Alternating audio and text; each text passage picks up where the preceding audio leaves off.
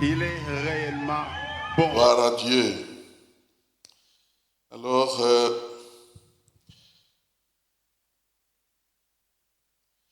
nous allons lire la parole de Dieu dans Josué chapitre 6.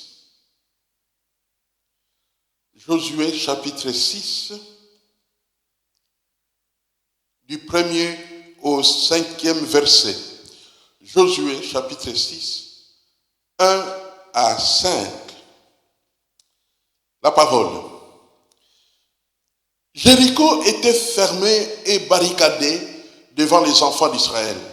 Personne ne sortait et personne n'entrait. L'Éternel dit à Josué, vois, je livre entre tes mains Jéricho et son roi, ses vaillants soldats. Faites le tour de la ville. Vous tous les hommes de guerre, faites une fois le tour de la ville. Tu feras ainsi pendant 6 jours. 7 sacrificateurs porteront devant l'arche 7 trompettes retentissantes. Le 7e jour, vous ferez 7 fois le tour de la ville. Et les sacrificateurs sonneront des trompettes. Verset 5. Quand ils sonneront de la corne retentissante, quand vous entendrez le son de la trompette, tout le peuple poussera des grands cris. Alors la muraille de la ville s'écroulera et le peuple montera chacun devant soi. Voilà, de cette parole et d'autres qui suivront, nous allons retenir comme sujet aujourd'hui, pour que nos murailles s'écroulent. Pour que nos murailles s'écroulent, nous devons nous renseigner auprès de ceux qui ont fait écrouler une muraille. Prions le Seigneur. Seigneur notre Dieu, merci pour ta parole que tu envoies dans nos cœurs, dans nos pensées, au milieu de ton peuple, à l'Église internationale de Bruxelles, pour nous encourager, afin que nous sachions que s'il y a des murailles, s'il y a des obstacles sur notre chemin, tu es là pour nous instruire, afin que ces obstacles soient ôtés et que ces murailles s'écroulent. Nous invoquons ton esprit, afin qu'il vienne nous parler, nous mettre la jonction, mettre la liaison entre nos cœurs et ton cœur, entre ta parole et notre compréhension et notre foi. Viens, notre Dieu, nous parler. Agis au milieu de ton peuple. Il n'y a que toi pour connaître exactement les besoins des uns et des autres. Visite-nous, Seigneur, et fais du bien à ton âme, à nos âmes, au nom puissant de Jésus. Amen.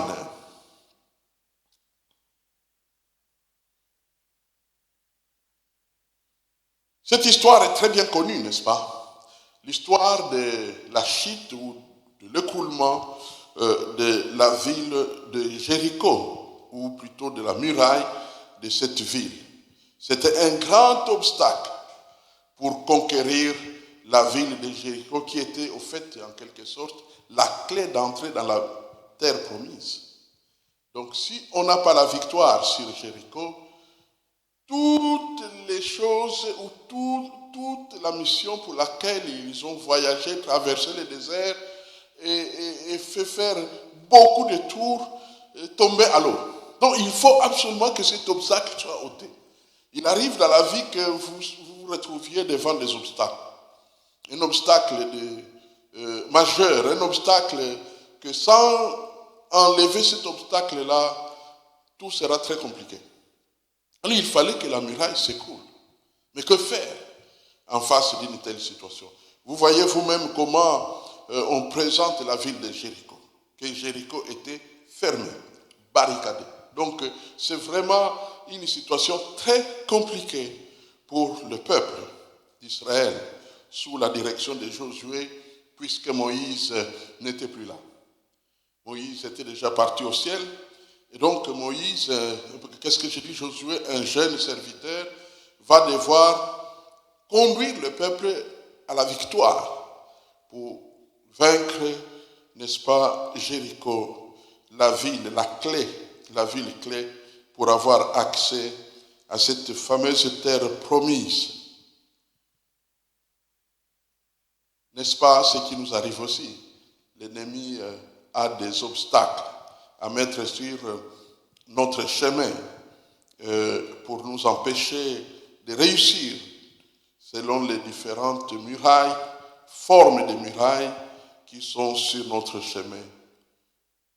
Ça peut signifier des blocages, ça peut signifier un doute, la peur, ça peut signifier des pensées négatives ou une malédiction générationnelle, ça peut signifier un manque de pardon, la dépression, toutes sortes de choses.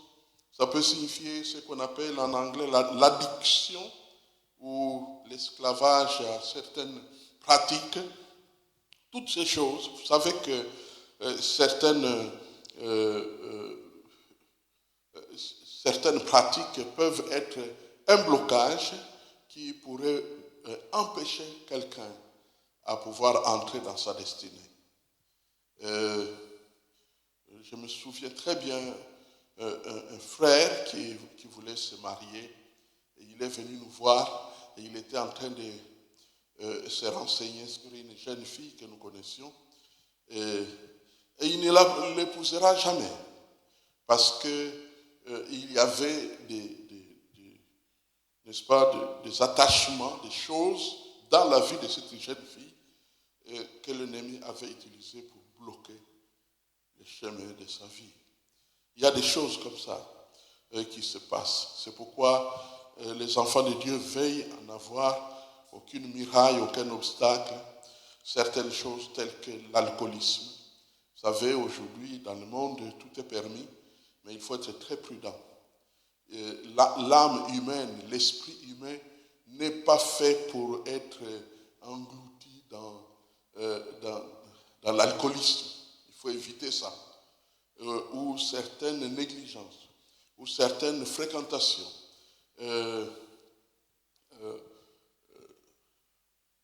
Parfois on pose des petites questions comme ça, même dans leurs réseaux sociaux, on pose certaines questions. Est-ce que toi tu vas en boîte? Ah mais oui, je peux aller avec mes amis. Mais pour certains hommes qui cherchent Dieu et qui cherchent à se marier, ça suffit pour qu'ils ne l'épousent jamais. Une personne qui va en boîte marque la légèreté de sa vie et ainsi de suite. Donc il y a toutes sortes de choses qui peuvent devenir des murailles contre nous. Prions le Seigneur. Père Tout-Puissant, encore nous revenons vers toi pour te dire merci de ce que tu as quelque chose pour chacun de nous. Alors je te prie de nous visiter. Visite pour que les victoires attendues depuis longtemps soient accordées. C'est par la foi que nous avons des victoires. Visite ton peuple, parle-nous, révèle-toi à chacun de nous selon ses besoins, parce que nous savons que quand toi tu passes à l'action, cela nous suffit. Bénis donc ton peuple maintenant, au nom puissant de Jésus. Amen. Donc Josué a reçu un ordre très clair de fixer ses yeux sur Dieu. Étape après étape. Alors, la muraille allait s'écrouler.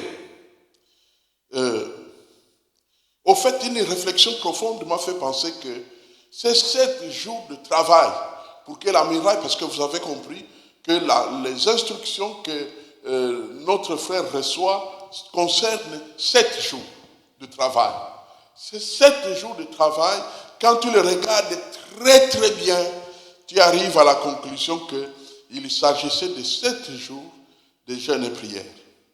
Quand vous le regardez très très bien, vous allez découvrir que c'était une affaire de prière, une affaire de recherche de Dieu, une affaire de parler à Dieu, une affaire d'être en contact, n'est-ce pas, avec Dieu. C'était ça la profondeur de cette affaire de 7 jours. Donc, c'est un temps de louange, un temps de jeûne, un temps de prière pour que les obstacles soient vaincus. Il y a des moments où, lorsque tu fais face à une grande épreuve dans ta vie, arrête un moment et fais le tour de la muraille marche tout autour, tel que Josué a reçu l'instruction afin de vaincre. Alors il y a cette petite leçon, je ne serai pas très long aujourd'hui, cette petite leçon que j'ai retenue dans cette méditation. Et nous croyons que cela pourra être utilisé par Dieu pour nous bénir. Première vérité que j'ai retenue, c'est que Dieu donna à Josué une simple ou de simples instructions. Simples instructions. Fais le tour de la muraille une fois par jour pour les 6 jours qui vont suivre. Et 7 fois le tour de la muraille pour le dernier jour qui est le 7e. Voilà l'instruction qui était donnée. Et Josué, bien aimé, n'a pas discuté les ordres. N'a pas passé son temps pour se dire, mais à quoi ça sert faire le tour, aller se promener? Il y a des ennemis qui nous attendent. Nous venons de très très loin. Nous sommes déjà fatigués. Et maintenant, aller encore marcher, non pas attaquer l'ennemi, mais marcher au lieu de garder notre force. Mais qu'est-ce que cela veut dire? Il pouvait faire ça. Il ne l'a pas fait. Parce qu'il y avait une coutume chez cet Israël fidèle à Dieu de ne pas discuter des ordres.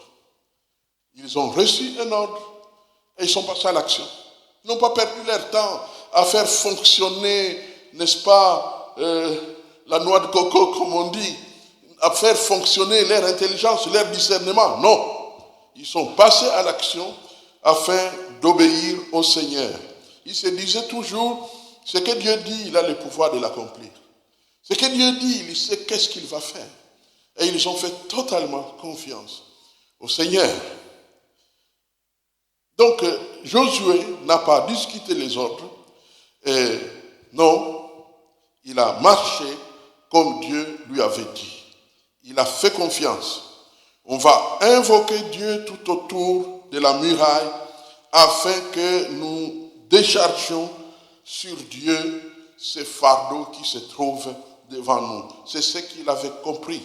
Il devait faire le tour de la muraille pour que, en faisant le tour de la muraille, on puisse saisir la vision de Dieu sur l'obstacle. En marchant autour de la muraille, ça les aidait à se dire, maintenant nous comprenons que Dieu est Dieu.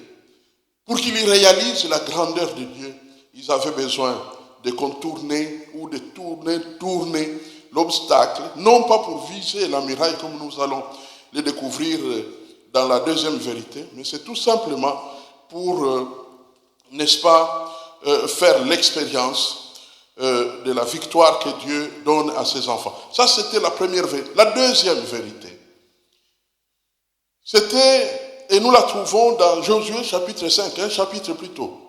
Josué chapitre 5.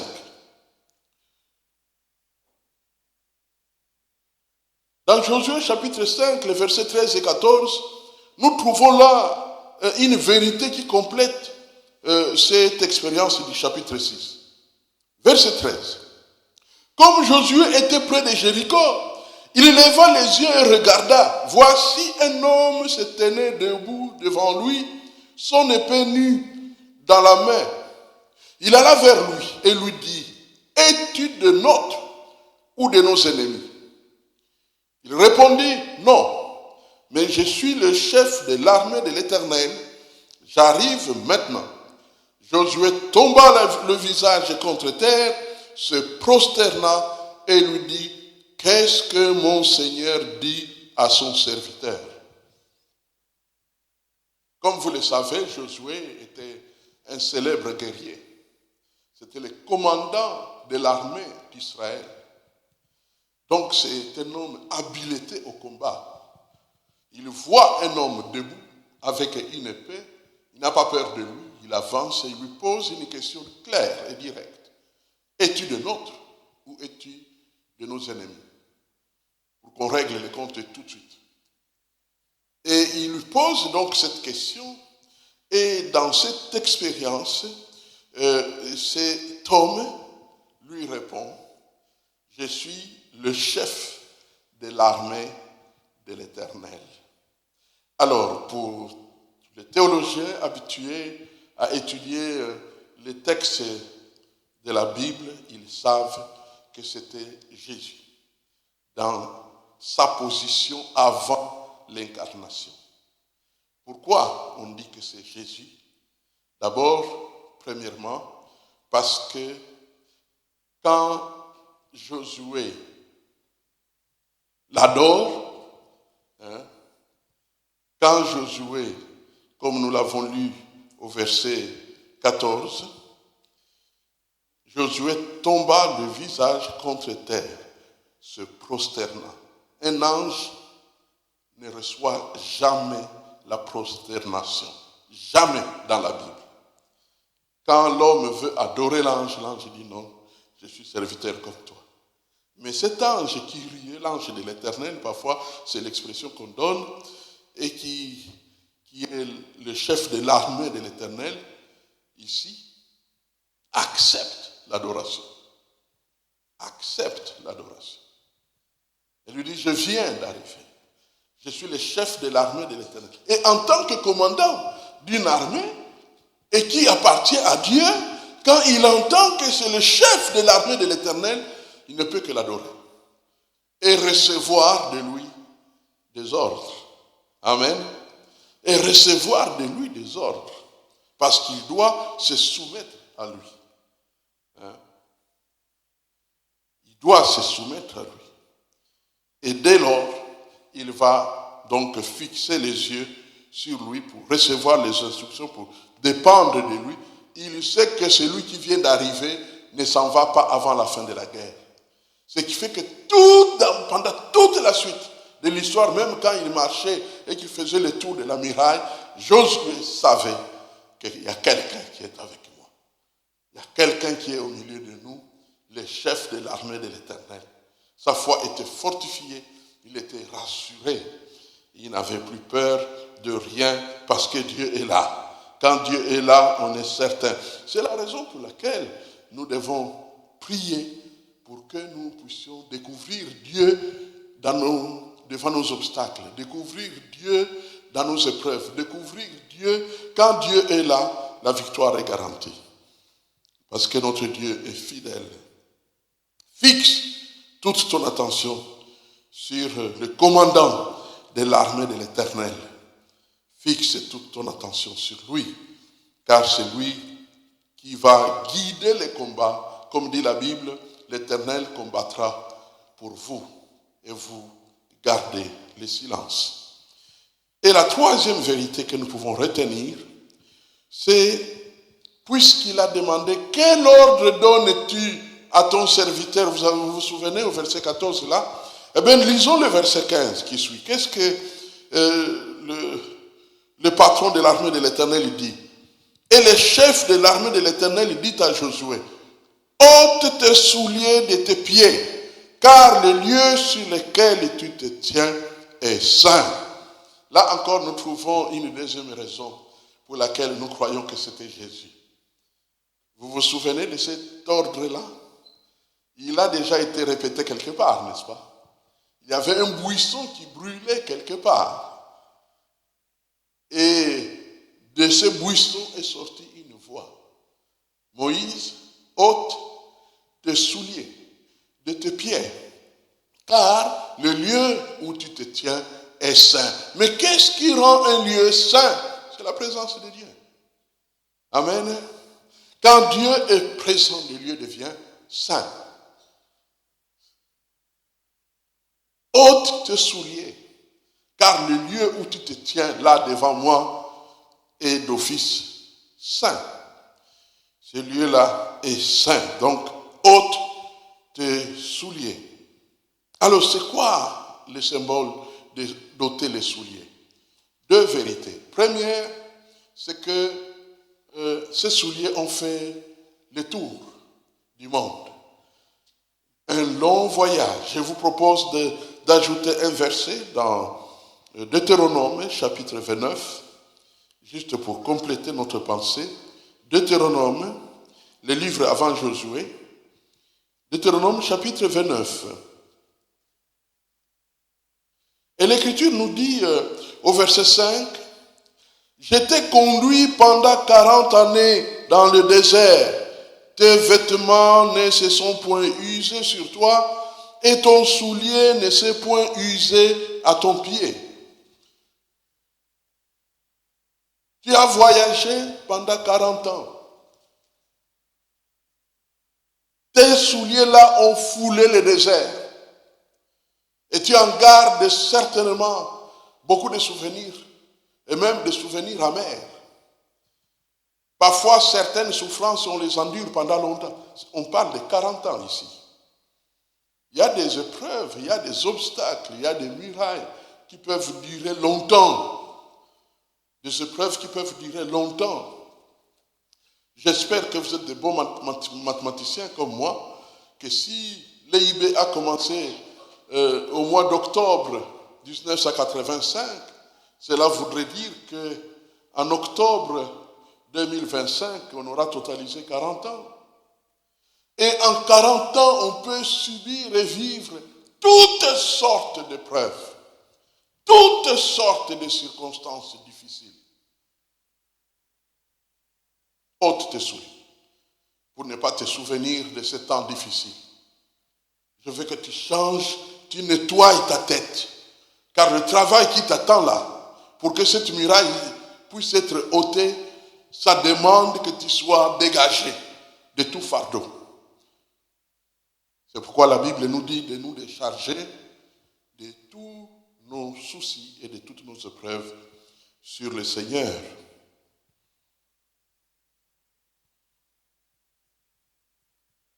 Dieu donc lui dit, si tu as toujours tes regards fixés sur ton passé, ça va être un obstacle pour que tu entres dans la terre promise, pour que tu triomphes de la muraille qui se dresse devant toi. Mais aussi c'était un temps pour s'arrêter, invoquer, écouter Dieu, au lieu de courir vite vers l'action. Vous vous rappelez que lorsque Gédéon devrait se battre contre les Madians, eh bien, le signe que Dieu lui avait donné pour choisir les bons soldats, c'était la manière de boire de l'eau. Il y a ceux qui, parce qu'ils avaient tellement soif, ont plongé les têtes dans l'eau pour humer et tirer le plus possible de litres en quelque temps, comme des chameaux. Mais il y en a d'autres qui avaient la maîtrise de soi et qui ont mené avec la paume de la main un peu d'eau à la fois, pour manifester leur clairvoyance, quelles que soient les circonstances. Et c'est ça que nous voyons ici.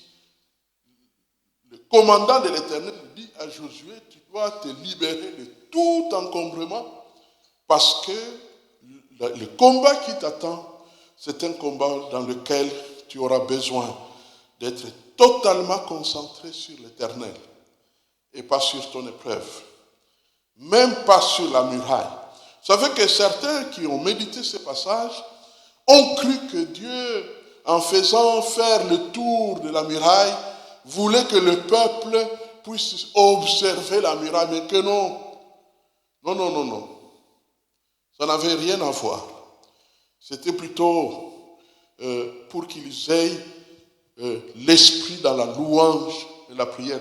Souvenez-vous des instructions qui ont été données dans le premier verset que nous avons lu, qu'on va jouer la trompette tout le temps pour louer l'Éternel, pour faire le tour, n'est-ce pas, de la louange à l'Éternel. Quatrième vérité, il faudra méditer la parole de Dieu. Il faudra méditer la parole de Dieu. Le livre de Josué est un rapport, un témoignage. Comment il avait conquis Jéricho alors que Moïse n'était plus là. C'est ça le fondement de ce livre. C'est un témoignage qu'il rend. Alors, quand nous considérons le tout premier chapitre de Josué, qu'est-ce que nous trouvons là-dedans? Entrons dans le premier chapitre et prenons juste quelques versets. À partir du verset 6, qu'est-ce que nous trouvons? La Bible dit au verset 6, « Fortifie-toi et prends courage, car c'est toi qui mettras ce peuple en possession du pays que j'ai juré à leur père de leur donner. Fortifie-toi seulement et aie bon courage, en agissant fidèlement selon toute la loi de Moïse, mon serviteur, mon serviteur t'a prescrite. Ne t'en détourne ni à droite ni à gauche, afin de réussir dans tout ce que tu entreprendras, entre autres la conquête de Jéricho. Que ce livre, verset 8, de la loi ne s'éloigne point de ta bouche. Médite-le jour et nuit pour agir fidèlement selon tout ce qui y est écrit. Car c'est alors que tu auras du succès dans tes entreprises. C'est alors que tu réussiras à prendre possession de Jéricho, entre autres. Donc nous sommes là en face du contexte dans lequel Jéricho a été prise. C'est Josué qui nous aide à comprendre comment Jéricho a été prise par le peuple d'Israël soutenu par l'Éternel. Prends courage, 3 fois. Le courage, bien aimé, ça se saisit par la force de la volonté et de la foi. Le courage. Il ne faut pas attendre un courage. Je n'ai pas le courage, j'attends. Non, non, non, tu ne peux pas attendre. Ça se prend. Il faut prendre le courage. Même quand tu as l'impression que tu es tellement fatigué, prends courage de prier. Même quand tu as l'impression qu'il y a comme une sorte de situation très difficile, s'il y a des devoirs qui s'imposent, en avant. Prends courage. Le courage, ça se prend. Il est arrivé plusieurs fois pour beaucoup d'enfants de Dieu que nous sommes, moi aussi du nombre, que parfois tu regardes et tu as l'impression que non, cette fois-là, j'ai besoin de me reposer, comme j'ai entendu récemment. J'ai besoin de me reposer, mais tu prends courage et ça te permet d'avancer parce qu'il y a des devoirs de Dieu qui n'attendent pas. Prends courage. Prends courage. Il va entreprendre quelque chose d'étonnant, n'est-ce pas? Il va faire le tour de la ville. C'était une grande ville à l'époque, Jéricho. Une très grande ville. Et vous allez marcher à pied pour faire le tour de la ville. Ça, c'est déjà passable. Rappelons-nous que le 7e jour, il devrait faire combien de tours? 7 fois le tour de la ville. 7 fois le tour de la ville. 7 fois le tour de la ville.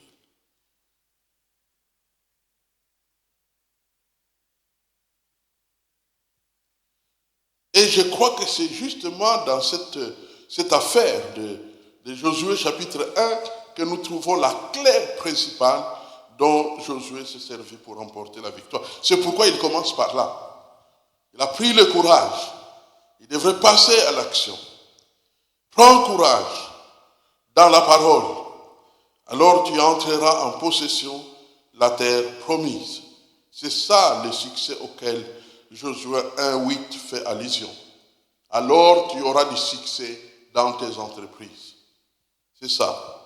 Car la muraille, c'est en quelque sorte, si elle ne s'écroule pas, c'est la fin du rêve d'entrer dans la terre promise. C'est la fin du rêve de remporter des victoires. C'est la fin du rêve pour avoir ce qu'on espérait pouvoir avoir. C'est la fin du rêve.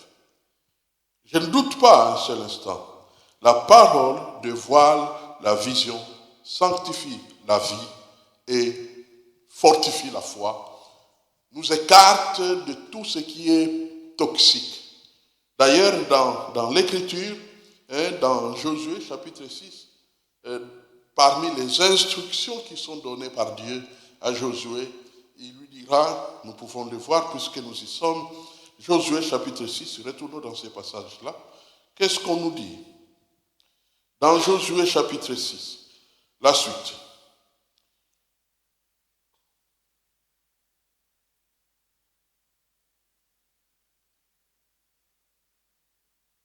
Alors, au fait, dans toute la suite, même si nous relisons tous les passages, nous allons découvrir que l'Éternel va dire à Josué que les enfants d'Israël ne devraient pas faire du bruit. Ils devraient se taire. Ils devraient se taire. Nous pouvons commencer par le verset 6. Josué, fils de Nun, appela les sacrificateurs et leur dit, portez l'arche de l'alliance, et que 7 sacrificateurs portent 7 trompettes retentissantes devant l'arche de l'Éternel. Et il dit au peuple, marchez, faites le tour de la ville, et que les hommes armés passent devant l'arche de l'Éternel. Lorsque Josué eut parlé au peuple, les 7 sacrificateurs qui portaient devant l'Éternel les 7 trompettes retentissantes se mirent en marche et sonnèrent des trompettes. L'arche de l'alliance de l'Éternel allait derrière eux. Les hommes armés marchaient devant les sacrificateurs qui sonnaient les trompettes et l'arrière-garde suivait l'arche. Pendant la marche, on sonnait des trompettes. Josué avait donné cet ordre au peuple. Vous ne crierez point, vous ne ferez point entendre votre voix, et il ne sortira pas un mot de votre bouche. Il devait marcher, bouche fermée. Vous savez que les enfants d'Israël étaient un peuple habitué à murmurer, habitué à papoter sur les événements, sur les circonstances, sur les devoirs de Dieu.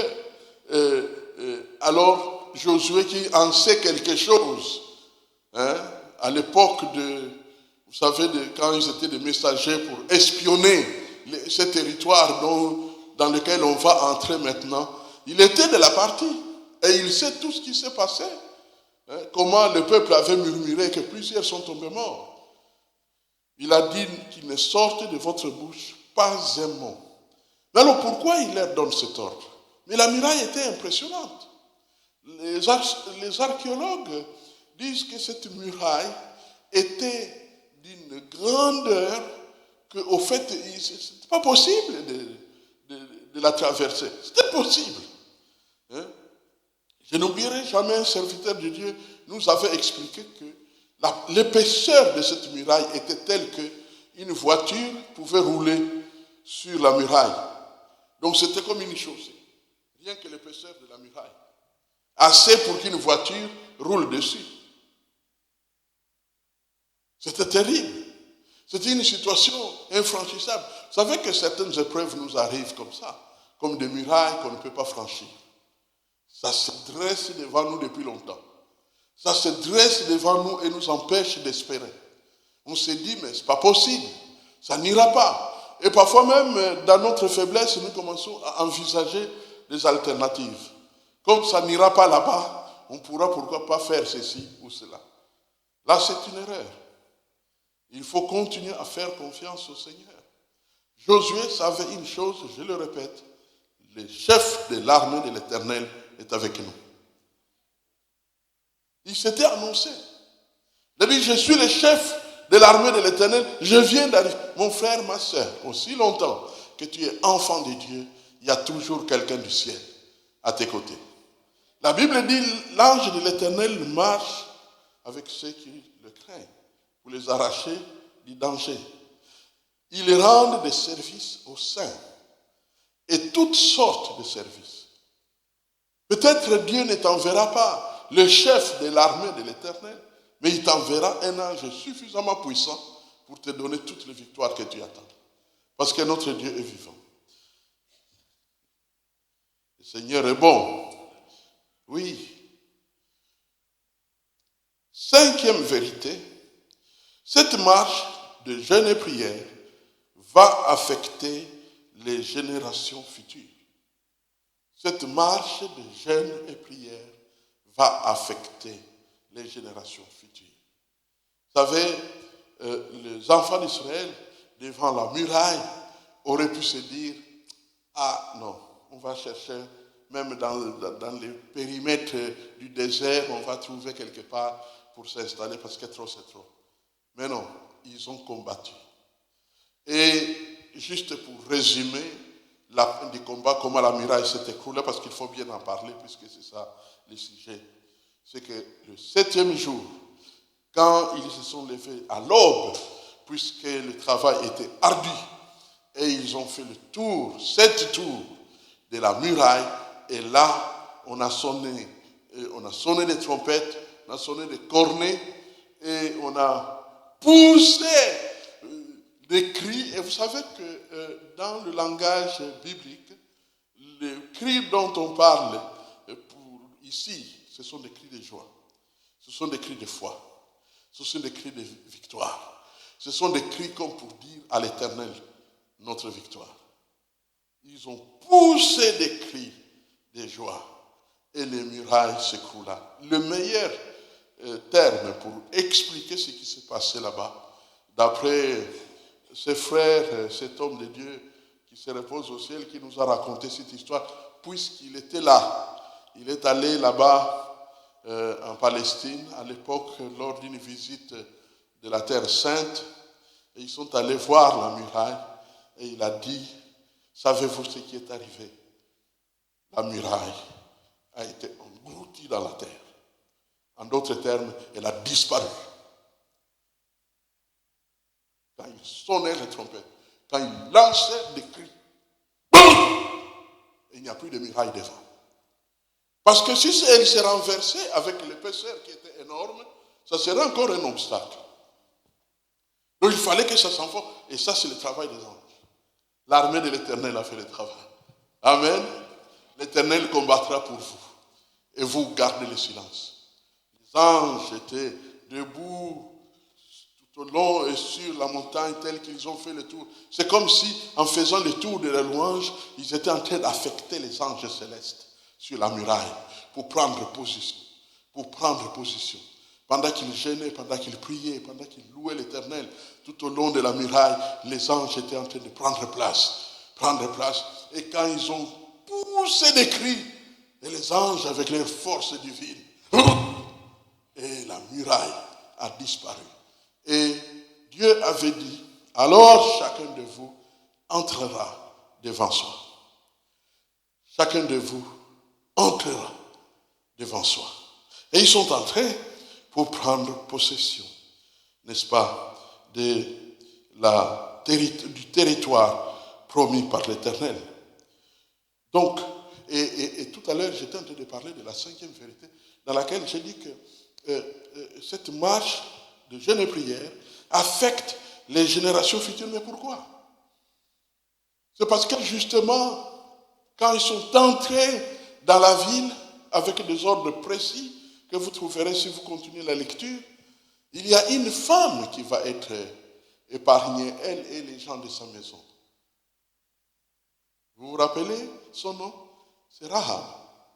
Rahab, cette prostituée qui avait protégé les espions juifs qui sont allés pour enquêter le territoire, elle avait reçu la promesse. Tu ne vas pas périr. Nous te sauverons, nous te protégerons. Et ils vont prendre cette prostituée. Et la suite de l'histoire, c'est que de cette prostituée va naître Tamar et dans la suite jusqu'à arriver à avoir Naomi. Ou plutôt Ruth. Pour avoir finalement Ruth. Et Ruth qui va épouser au départ un fils de Naomi, et ce fils va mourir, et Ruth va suivre, nous connaissons le cantique de Ruth, elle a chanté le cantique, où tu iras, j'irai, où tu demeureras, je demeurerai, ton peuple sera mon peuple, ton Dieu sera mon Dieu. Et c'est de cette manière que Ruth se convertit au judaïsme, par cette confession de foi. Et elle va suivre Naomi, et là, elle va épouser un certain Boaz. Et avec ce mariage, il y aura des naissances qui vont se succéder jusqu'à David et jusqu'à Jésus. Amen. C'est pourquoi, bien aimés, les victoires comme simples d'aujourd'hui vont affecter l'avenir, les générations futures. Si aujourd'hui, nous ne manquons pas de sauveurs, Si aujourd'hui, nous avons quelqu'un qui est le chemin, la vérité et la vie, c'est aussi quelque part grâce à ce courage de Josué, grâce à cette victoire sur la muraille, grâce, n'est-ce pas, à toutes ces choses qui se sont conjuguées au travers d'un peuple qui a combattu pour pouvoir remporter des victoires. Je voudrais m'arrêter dans une sixième vérité sur ce fameux silence. Plus de murmures. On marche, on adore. On ne parle pas. Mais quel risque y avait-il lorsqu'on parlerait? Mais pour prendre conscience des obstacles, quand on parle, quand on commente, souvent on arrive à agrandir, à aggraver les obstacles qui sont devant nous. À aggraver les obstacles. Hein? On aggrave les obstacles. Souvenez-vous quand ils sont revenus, à l'époque où on parlait, quand ils sont revenus vers le peuple, qu'est-ce qu'ils ont dit? Devant ce peuple-là, nous étions comme des sauterelles. Nous étions comme des sauterelles. Mais où est-ce qu'ils ont trouvé cette expression? Dans les commentaires. Dans les commentaires. Oh, mais ils sont grands. Et nous comme des... Donc, ils ont beaucoup parlé.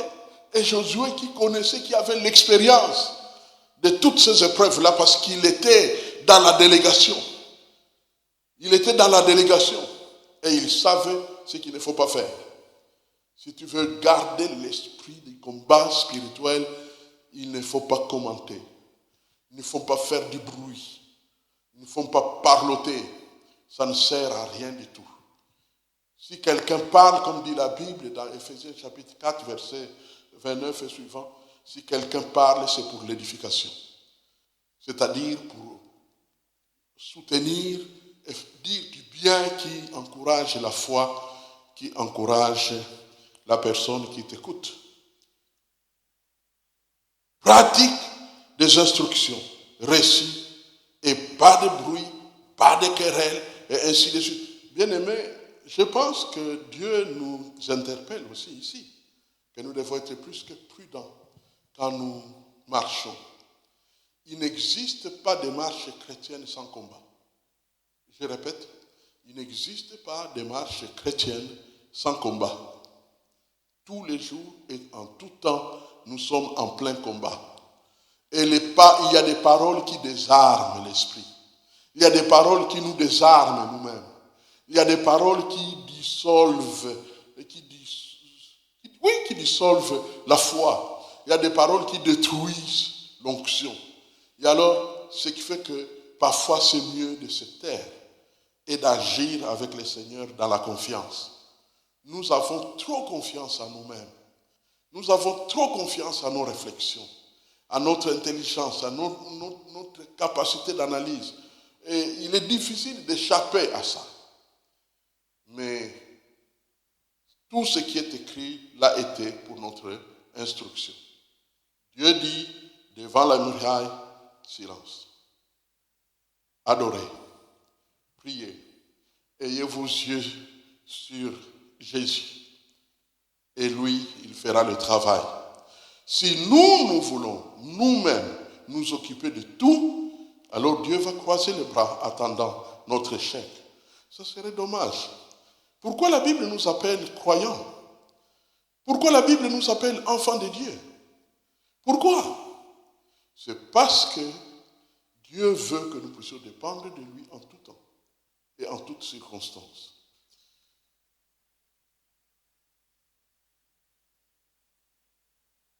Enfin, choisissons la joie du Seigneur. Choisissons la joie du Seigneur. Il y a un cantique qu'on a chanté au temps de réveil. La joie du Seigneur est notre force. La joie du Seigneur. Je reviens sur le fameux cri qui devrait être lancé lorsqu'ils arrivaient à la fin du 7e tour, du 7e jour. Ils devaient proclamer la victoire de l'Éternel. avec les trompettes, avec la corne, avec les louanges. Maintenant, c'est permis de crier, c'est car la victoire est là. Car Dieu a combattu pour son peuple. C'est cela, notre vie. C'est la louange accompagnée des chants de louange et des cris de joie. Chants de louange et cris de joie. Chants de louange et cris de joie. Mes frères et sœurs, vous savez, il y a des choses que nous vivrons en communauté. Mais il y en a d'autres que nous vivrons chacun. Comme vous le savez, notre corps, notre âme se nourrit de la présence de Dieu, se nourrit de l'Esprit de Dieu. Et ça ne débat avec personne. Ta vie spirituelle, ton âme, ton esprit, ne débat de ça avec personne. Ne laissez jamais personne te juger sur la nature de ta vie spirituelle. Jamais et jamais. C'est un trésor que Dieu te donne. C'est un trésor que Dieu te donne à toi seul. Vous savez, parfois, nos familles qui nous aiment, après tout, qui nous aiment beaucoup, veulent nous dicter des ordres au sujet de notre marche avec Dieu, au sujet de notre engagement avec le Seigneur. Et en sorte que, surtout pour pauvres nous, je dis nous car j'en fais vraiment partie, pauvres nous qui sommes des agneaux, qui nous laissons marcher dessus. Vous savez, certains qui sont violents, même de langage seulement, sont respectés. Plus facilement respectés. Hein? Tu veux lui donner des leçons, il te regarde seulement, tu te sauves. Parce que tu n'oses pas lui parler. Mais nous, les agneaux, les petits frères de Jésus, souvent on se laisse marcher dessus. Et moi, j'ai déjà vu des gens parler, ou me parler carrément, avec des ordres, avec ainsi de suite. Mais tu te tais parce que tu te dis, je dois me comporter comme Jésus. Eh bien, à cause de cet esprit-là, il y a ceux qui profiteront pour vous marcher dessus. Mais retenez une chose, on peut marcher sur vos habits, mais ne laissez jamais quelqu'un marcher sur ta marche avec le Seigneur. Car c'est ton plus grand trésor. Quand tu as donné ta vie à Jésus-Christ, il n'y a personne qui était là. Donc tu as une alliance secrète avec ton Dieu. On peut s'édifier, ça c'est sûr. On peut s'encourager, ça c'est sûr. Mais quand il est question de gérer notre marche avec le Seigneur, c'est personnel, c'est privé, c'est précieux. C'est un trésor à ne pas partager. Ne livre ce trésor à personne. Ni à ceux qui t'aiment, ni à ceux qui ne t'aiment pas, ni à ceux qui veulent régner sur toi. Ne livre ce trésor à personne. Parce qu'il y a des gens qui sont capables, en quelques paroles seulement, de mettre le doute dans ta vie, même au sujet de ta conversion.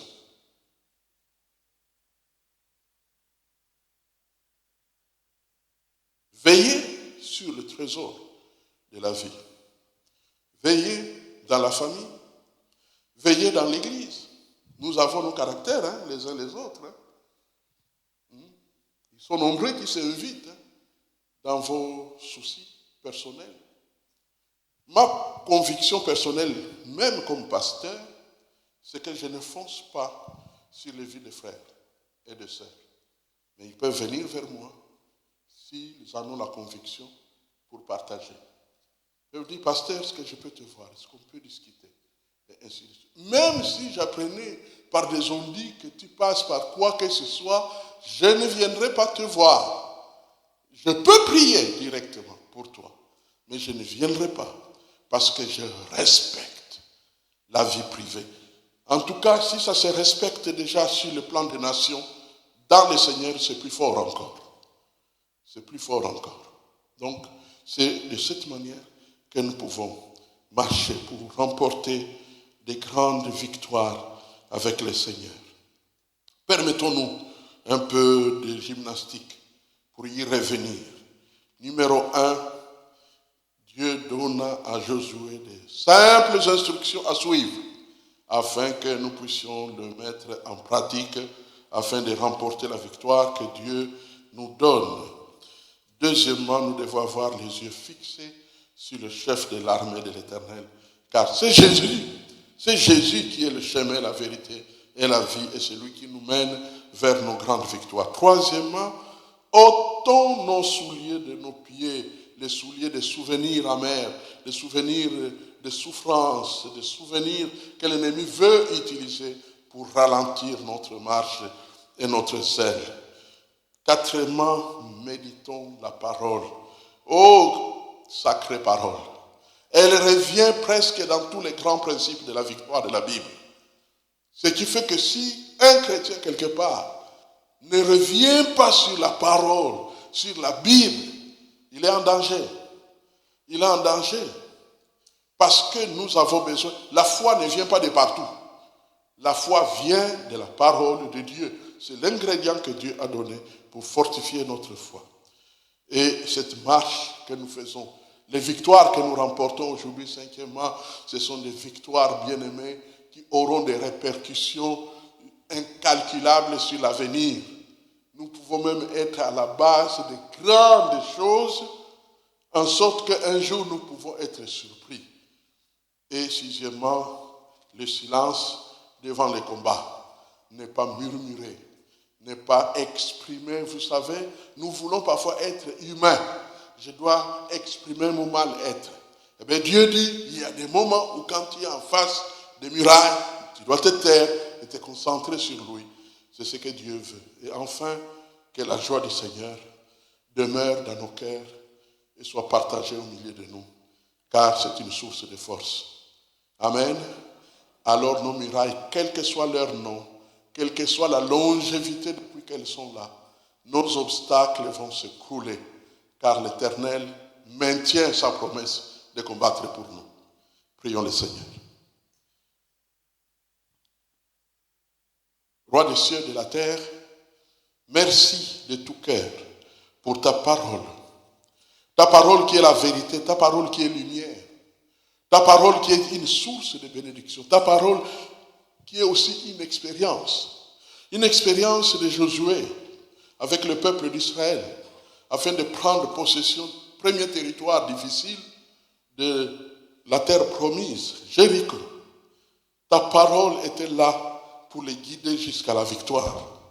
Seigneur notre Dieu, je t'invoque sur mon frère, ma sœur et moi-même, afin que ta parole demeure le lieu de ressourcement, le lieu pour puiser des forces, afin de combattre et vaincre avec ton aide. Que ta grâce coule maintenant et que ton esprit nous visite dans l'expérience de chacun, dans les réalités de chacun de nous. Tu connais certainement toutes les situations qui nous concernent, chacun et chacune.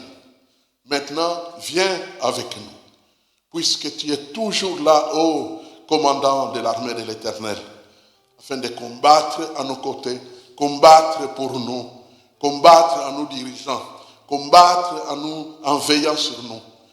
Merci Seigneur notre Dieu pour tout ce que tu accompliras. Et nous te réservons toute la gloire au nom puissant de Jésus. Amen. Gloire à Dieu.